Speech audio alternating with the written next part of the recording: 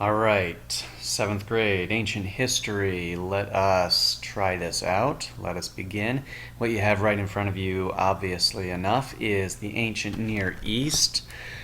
And there we have Mesopotamia right in front of me, very familiar to you, the land between the rivers. And we have been looking somewhat at different trade routes that they would have been using, going back and forth from where they're at in Mesopotamia to Egypt. Down in the lower left-hand corner, also Anatolia, also known as Asia Minor in the upper left-hand corner, and also further east into Asia, where there is some trade going on with those living in the Indus River Valley. Now, lower Mesopotamia, some of the settlements which turned into thriving civilizations, established cities include Kish, Lagash, Eridu, and Uruk. Uruk, of course, being the city that Gilgamesh was king of. And all these together, this region in lower Mesopotamia, we call Sumer, after what some of their neighbors were referring to these southern Mesopotamians. Now, following the establishment of these cities, you have another that we've been talking about, the city of Akkad, as it's printed in your textbooks, but better known as Akkad, hence the Akkadian Empire. And this figure here on the left, it's not, historians aren't entirely sure just who it is, but there's some confidence that this may be, in fact, Sargon the Great. Sargon the Great, this figure who is known to us as the first true emperor, a ruler over a much larger area than anyone before, an area that includes several different people groups stemming from Akkad, beginning with a conquest of southern Mesopotamia and even into the hill country where the Elamites are living. Having done that, he turned his attention to the northwest, towards cities such as Mari and Ebla, and he took those lands also, reaching all the way to the Mediterranean Sea, or in his inscriptions he refers to it as the Upper Sea.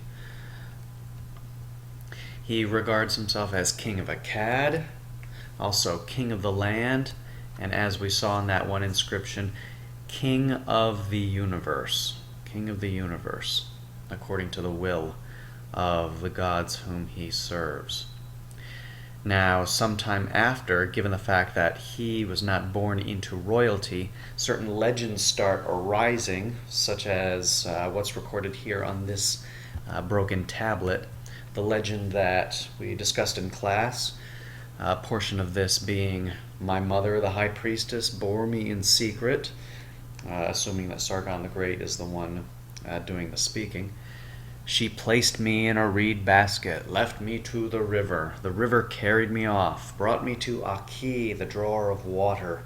During my orchard work, Ishtar loved me, and 55 years I ruled as king. These are the words of Sargon the Great. Following the reign of Sargon, and following the reign of some of his descendants, you have this figure here represented in this stone stela, Naram Sin. Naram Sin, depicted there in the middle. You can recognize him by the helmet with the horns and also the mace in his arm, and also by the fact that he is simply bigger than everyone else. This was common in this era when you wanted to focus on the king or on the greatness of a certain lord, whether it is a king or a god. You always represent the individual as being physically larger than the rest. And Naram Sin is moving on, crushing his enemies quite literally in this inscription underfoot. He has his soldiers there following behind, and these enemies of his who are being crushed underfoot. We have one guy here who is falling headlong into the earth, into the underworld perhaps. You have another soldier here.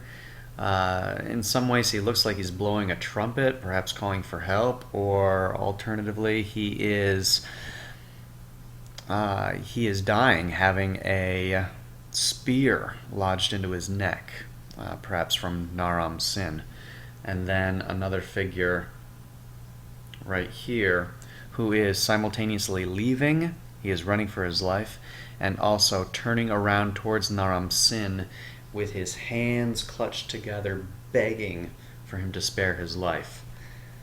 Looking around at this picture, you'll notice that there is something that resembles a tree, as well as a mountain in front of Naram Sin. So there's some sort of a wilderness setting involved here, perhaps, in his conquest. And he is moving towards this mountain. You get the impression that he is on his way towards the top of this mountain. He is moving up, for sure, according to this picture. And he is moving towards those stars there at the top, those representations of gods. Naram Sin, as you may recall from class, he was not content with such titles as King of the Universe, however lofty a title like that might be. He himself was to be regarded as a god to be worshipped and adored and remembered as such.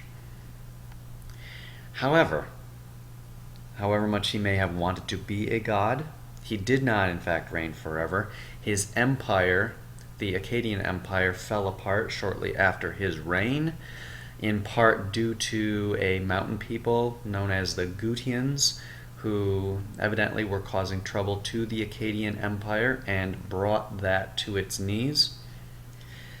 After the Gutians retreated back into the hills, the city of enjoyed a sort of renaissance. The city of began to take a leadership position here in Sumeria.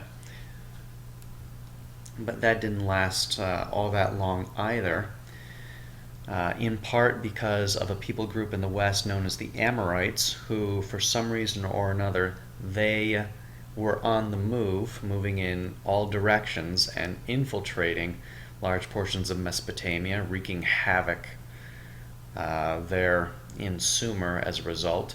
And also the Elamites living in the hill country, they are also causing problems for the Sumerians, invading and really bringing chaos, to use an important term we've been using. Following the arrival of the Amorites and the Elamites, another city in Mesopotamia begins to rise, and that is the city of Babylon. The city of Babylon, which we are going to begin talking about next week, beginning with the individual represented on the left-hand side, this being King Hammurabi, whose famous code we will be studying next.